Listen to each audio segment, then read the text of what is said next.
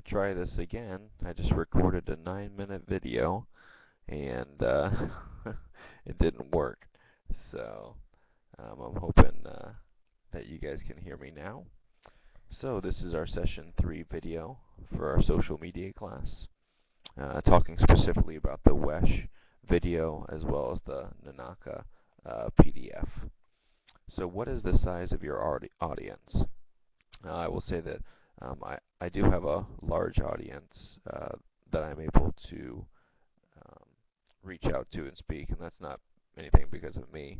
It was more of my dad's legacy, as he was a pastor of a large church in Florida here for 38 years. When he retired and moved to North Carolina, the membership was at around 6,000, and all of them knew me, and I only knew about half of them. So um, through social media, like I've said, I'm not very big on social media or any of those other platforms. Um, but I've realized that to make a difference to a large scale population or a large group of people, um, that social media is the way to go. So it says, how are you communicating knowledge? Well, now that I've gotten to the social media class and seen the importance of it, really, it's through the media, and media has given us a voice. And I think it talked about it um, in the video that television, there was only one voice, and that was the people that were able to make the difference. But now, through the differences in social media and technology, you can have a voice through social media. Um, so it says, in what ways are you engaged in co-creating new perspectives or prior patterns of learning and knowledge? I think it's, like they talked about, using your critical thinking skills, embracing real problems, in the workplace, and that's what I'm doing with the new job that I'm in. I'm overseeing 7 hospitals and going through a specific certification process, and through this, I'm having to get these people to work together, focusing on issues that need to be fixed, so that we can put together a standardized program throughout all of our hospitals. Um, it says, have you applied information and knowledge in ways that influence and persuade? In reading the Nanaka's PDF, you know, for me it's through explicit knowledge. And explicit knowledge, as they say, is objective and rational, can be expressed in words, theoretical approaches, problem-solving manuals, and databases. So in my line of work, it's healthcare. Obviously, there's a lot of data that goes along with a lot of this information, and I'm using that to my advantage, and because that's the way to make change in healthcare, is to show the improved outcomes through the data by the protocols and policies and order sets that I'm trying to get through, and especially with physicians, as that's a large portion of who I work with, is showing this data that supports what I am implementing throughout all these facilities, so that I can get them on board and move forward, as well as CEOs and chief financial officers of these hospitals. You have to show the data more on a financial side to them on what is this going to mean to me um, in money. How much revenue am I going to bring in because of this? Um, so I have to show the data on that side, that saying that if we implement this program and all of these things, that it's going to drive business to the hospital, and improve patients' outcomes, improve patients' perception of the hospitals, and it will increase revenue in many, many ways. Is anyone listening?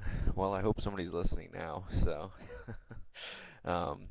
but as for these hospitals, I have a large sphere of influence because of the position that I was put into. I'm at a corporate level now, whatever that means.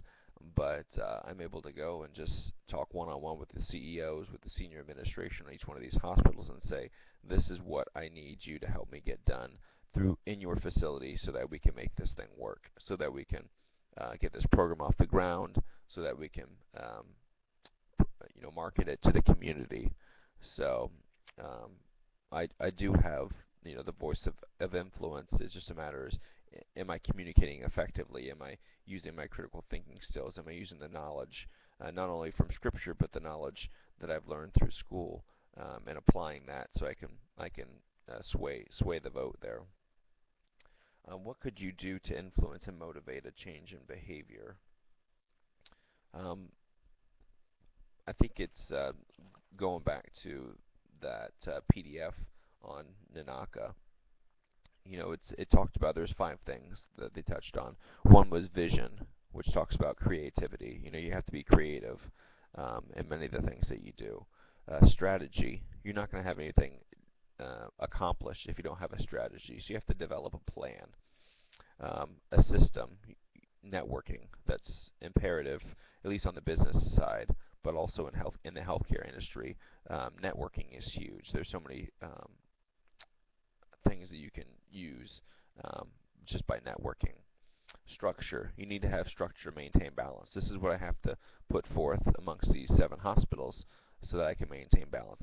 I can't be at all 7 hospitals at once, but if I put together a plan, if I develop a strategy, and I put structure to it that the people that have at each facility follow, then it makes it smoother on me. And lastly is staff. It talks about the middle manager. They're that portion of knowledge transfer. Um, I'm communicating with them the knowledge that I need for them to pass on to the rest of the workers within the facility, with the senior administrative team, with their nursing staff, with the physicians. It's a lot of communication. And so those were 5 important things that I learned that I can use to really implement, and I already do implement, but just even put more of a emphasis on those things. If you have an audience, are they growing in interest and engagement? Um, I think so. I mean, not only on a personal level, but also on business level or in work level. That I hope that the audience is growing. I hope that I am making a difference. I am using the skills, my critical thinking skills, the leadership abilities, my speaking, just to not only grow the audience, not for me. That's not. I don't really care about anybody listening to me, but what I'm trying to get done, what I'm trying to accomplish within the workplace. That is important to me. How can you improve and continue that trend? You know, I I didn't get this position because of me. I got this position because of God, and I think that if I continue to put my faith and trust in Him and let Him guide the way, um, and speak truth and let people see the difference in me, not only the way I act but the way I speak, the way I react to people. That's going to be imperative. Um, but I can also continue to improve. Um, and continue this by increasing my knowledge in the field that I'm working in. Increasing my knowledge in business, in speaking, in there's so many things that I can improve upon. Um, but it's just that continual improvement process, um, and seeking the Lord's guidance that's really gonna make me more effective, not only for Him but within my job. So. That's it for session 3 in this little video. So I hope I have the voice for this time now, because the last 9-minute video did not record my voice. So, alright, hope you guys are doing well. Look forward to talking to you more in class. See ya.